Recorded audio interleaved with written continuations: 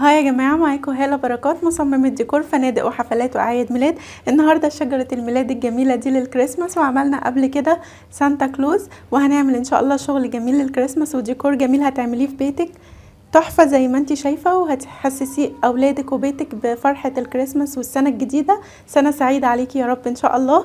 ما تنسيش ان انا كمان بعمل ديكور خطوبة وديكور فنادق وبيبي شاور واعياد ميلاد وديكور رومانسي. تابعي قناتي واعملي اشتراك للقناة ولايك للفيديو.